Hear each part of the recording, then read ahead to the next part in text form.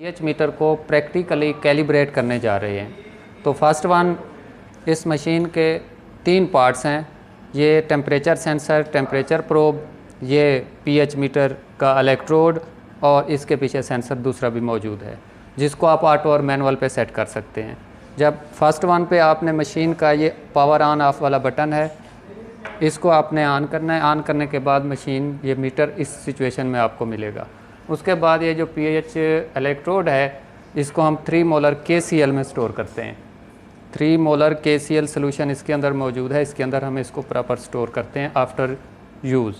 तो उसके बाद जो है फर्स्ट वन, इसके ऊपर, इसके डिस्प्ले के ऊपर आपको 4 बटन नज़र आ रहे हैं। ये सिंपल बटन है जो कि मुकम्मल मूव होता है 360 डिग्री पे, लेकिन ये जो स्लोप वाला बटन है ये एक रेंज तक मूव होता है, उससे आगे मूव नहीं करता। ये स्लोप सेट करने के लिए होता है। नेक्स्ट ये टेम्परेचर को सेट करने के लिए, और ये सेलेक्टर है मोड सेलेक्ट करने के लिए। आपने पीएच चेक करनी है, टेम्परेचर चेक करना है या मिली वोल्ट चेक करने हैं।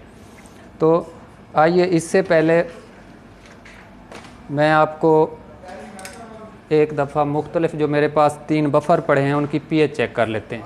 ये इस वक्त वाश है इलेक्ट्रोड, और हम सबसे पहले जो है pH 7 का बफ़र चेक करते हैं।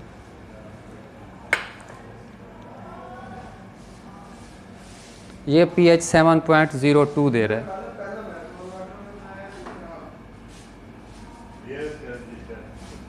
pH 7.01 शो कर रहा है।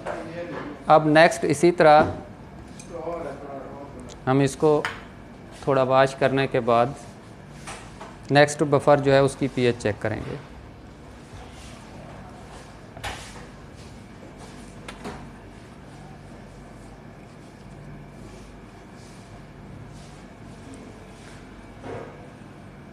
ये बफ़र है pH 4.01 का।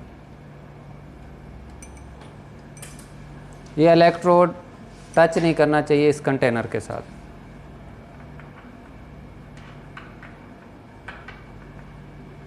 तो इसकी pH 4.09 आ रही है। इसके बाद हम थर्ड बफ़र को भी चेक करेंगे।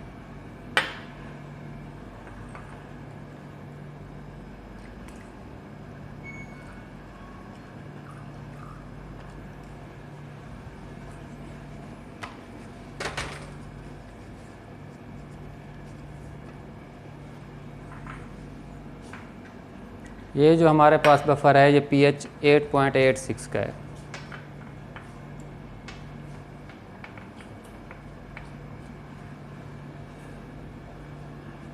ये थोड़ा सा एरर है इसमें, pH 8.86 है। अब ये तो हमने 3 बफ़र जो हमारे पास पड़े हैं उनको चेक कर लिया है। अब हम इसकी प्रॉपर कैलिब्रेशन चेक करने जा रहे हैं कि हमारा इलेक्ट्रोड, हमारा ये मीटर, हमारा ये इंस्ट्रूमेंट सही वर्क परफॉर्म कर रहा है कि नहीं। उसके लिए फ़र्स्ट वन हम टेम्परेचर चेक करेंगे 25 डिग्री। ये जो सिलेक्टर है इसको हम टेम्परेचर पे ले जाते हैं। तो ये 25.2.3 ये हमारा रूम टेम्परेचर, ये जो सेंसर है सेंस कर रहा है। उसके बाद नेक्स्ट जब हम प्रॉपर कैलिब्रेशन करते हैं तो हम pH पे नहीं, फिर हम मिली वोल्ट पे ले जाते हैं। तो ये सिलेक्टर की मदद से हमने मिली वोल्ट कर दिया है। अब फर्स्ट वन जो है हमारी एक ऑफ सेट वैल्यू होती है, वो होती है pH 7 पे। pH 7 चूँकि न्यूट्रल है इसलिए इसकी ऑफ सेट वैल्यू वहाँ पे जो मिली वोल्ट हैं 0 होने चाहिए। तो आइए अब हम उसको चेक करते हैं।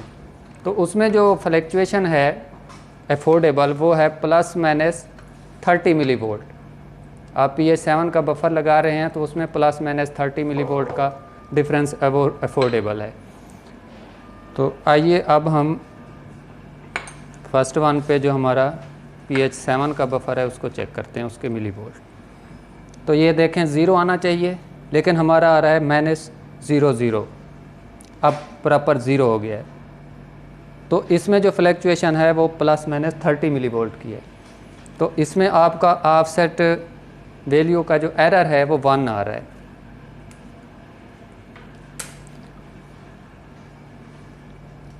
नेक्स्ट हम मिली वोल्ट चेक करेंगे pH 4.01 वाले बफ़र के। तो पर pH जो स्टैंडर्ड मिली वोल्ट हैं वो 59.16 हैं। अगर आप एक pH ऊपर नीचे करेंगे या बढ़ाएंगे तो आपके मिली वोल्ट 59.16 बढ़ने चाहिए। अगर 59.16 का जिस तरह आप 30 मिली वोल्ट का डिफरेंस अफोर्डेबल है, कैलकुलेट करें तो वो 0.166 की रेंज में जाके 1 pH पे बनता है। तो आइए अब हम pH 4 के मिली वोल्ट चेक करते हैं। तो ये आ रहे हैं pH 4 के मिली वोल्ट आ रहे हैं 172, 173। तो नेक्स्ट हम चेक करेंगे, हम बेसिक की तरफ अब जाएंगे, ये एसिडिक की तरफ गए थे, अब बेसिक की तरफ जाएंगे। तो अब हम pH 8.86 का बफर हमारे पास मौजूद है, हम उसके मिली वोल्ट चेक करते हैं।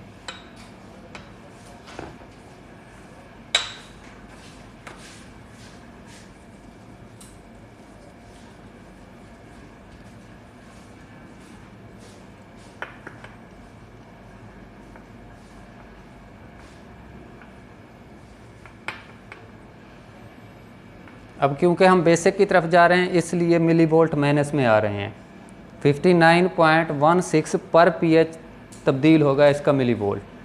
तो अब जो बेसिक और अहम पॉइंट है वो ये है, आपने 7 को स्टैंडर्ड कंसीडर करना है। 7 से नीचे जाएंगे 4 की तरफ, 3 की तरफ या 2 की तरफ, तो फिर आप 7 में से वो माइनस कर देंगे, तो वो आपके टोटल pH बन जाएगी कि आपने कितने pH ग्रेजुएट किए हैं। इसी तरह ऊपर जाएंगे तब भी आपने उसी तरह मेजर करने हैं कि आपने कितनी वेरिएशन की है pH की लेवल में। तो अब ये आ रहे हैं 107, 8.86 जो pH बफर है हमारा, उसके मिली वोल्ट आ रहे हैं 107। माइनस में इसलिए आ रहे हैं क्योंकि जब आप न्यूट्रल से बेस की तरफ जाएंगे तो माइनस में चले जाएंगे मिली वोल्ट, जब न्यूट्रल से एसिड की तरफ आएंगे तो वो पॉजिटिव में चले जाएंगे मिली वोल्ट। अगर एक चीज़ और आप मद्देनज़र रखें, अगर आपका जो ऑफसेट वैल्यू था वो अगर प्लस होता तो स्लोप निकालने के लिए आप उसको माइनस करते हैं, अगर वो माइनस हो तो प्लस करते हैं, ये उलट होता है जब हम स्लोप निकालते हैं। तो अब हमने तीनों बफर्स की मिली वोल्ट चेक कर लिए हैं, तो अब हम कैलकुलेट करने की कोशिश करते हैं कि हमारा रिज़ल्ट कितना आता है। तो उसमें जो यूएसपी में रेंज दी हुई है वो 90 to 105% है, वो हम कैसे कैलकुलेट करते हैं, और कुछ मोनोग्राफ में 92 से 102 भी है। तो जिस तरह हमारा ये रिज़ल्ट आया था, जो हमने pH 4 वाले बफर के मिली वोल्ट चेक किए थे वो 173 आए थे। तो 173 को फर्स्ट वन पे ये आपका मिली वोल्ट ओवर जितना pH का डिफरेंस था, आपने 7 को स्टैंडर्ड रखना है, जितना डिफरेंस है pH में दोनों में दूसरे आपके बफर में, उस वैल्यू को आपने डिवाइड करना है। तो आपके मिली वोल्ट आए थे 173, उसको डिवाइड करेंगे हम 3 पे, 173 डिवाइडेड बाई 3, तो वो आपके आ रहे हैं 57.66। ये पर pH आ गए हैं आपके, क्योंकि आपने pH के 3 वो किए हैं, 7 से आप 6 पे आए हैं, 5 पे आए हैं, 4 पे आए हैं। तो इस तरह आपका जो फ़र्क पड़ा है वो 3 pH का पड़ा है।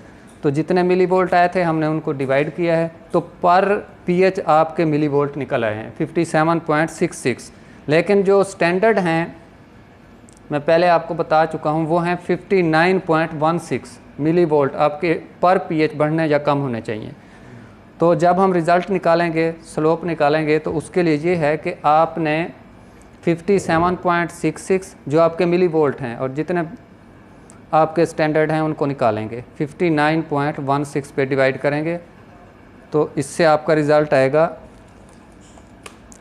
59.16 इज़ इक्वल टू 0.97। अगर आप इसको परसेंटेज में निकालना चाहते हैं तो इसको 0.97 को मल्टीप्लाई कर दें 100 से, तो ये आपका 97% बनेगा। तो इट मीन्स जो आपके pH 4 के बफर में फ्लैक्चुएशन की जो परमिशन थी आपको, वो रेंज थी 90% से 105% तक। तो आपका रिज़ल्ट आ रहा है 97% pH 4 वाले बफर का। तो इट मीन्स आपका ये बफर भी ठीक है, आपका जो pH इलेक्ट्रोड है वो भी सही परफॉर्म कर रहा है और आपका इंस्ट्रूमेंट भी। अब इसको फर्दर डिटेल में डिस्कस करने के लिए pH 8.86 के भी हमने मिली वोल्ट मेजर किए थे, वो 107 आए थे। अब फ़र्क कितना है, जो बड़े वाली वैल्यू है 8.86, उसमें से हम 7 को माइनस कर देंगे, 8.86 माइनस 7 इज़ इक्वल टू 1.86। तो हमारे पास जो मिली वोल्ट माइनस में आ रहे थे 107, उनको हम 1.86 पे डिवाइड करेंगे, क्योंकि 7 से ऊपर जो pH का फ़र्क आ रहा था, जो हमने pH के दर्जे किए थे, तो 1.86 है। तो जब 1.86 से इसको डिवाइड करेंगे, 107 divided by 1.86 is equal to 57.52। ये आपका पर pH अब वैल्यू निकल आया है। तो पर pH स्टैंडर्ड कितना है, वो है 59.16। अब हम इसकी परसेंटेज निकाल लेंगे, 57.52 डिवाइडेड बाई यही स्टैंडर्ड वैल्यू जो पर pH बढ़नी या कम होनी चाहिए, 57.52 डिवाइडेड बाई 59.16 मल्टीप्लाई 100, 97.23%। ये भी आपका विद इन रेंज ही है, आपके दोनों बफर विद इन रेंज हैं। और आपने जो ऑफसेट वैल्यू चेक करने के लिए न्यूट्रल बफर लगाया था pH7, उसके मिली वोल्ट भी हैं, वो भी रेंज में हैं।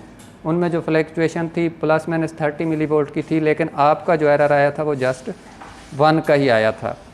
तो 3 चीज़ें हैं इसमें। जब आपने बेसिक सोल्यूशन लगाना है तो आपके मिली वोल्ट माइनस में आएंगे, जब आप एसिडिक सोल्यूशन लगाएंगे तो आपके मिली वोल्ट पॉजिटिव में आएंगे, जब आप स्लोप वैल्यू निकालेंगे तो उसका जो फार्मूला है वो ये होता है, मिली वोल्ट प्लस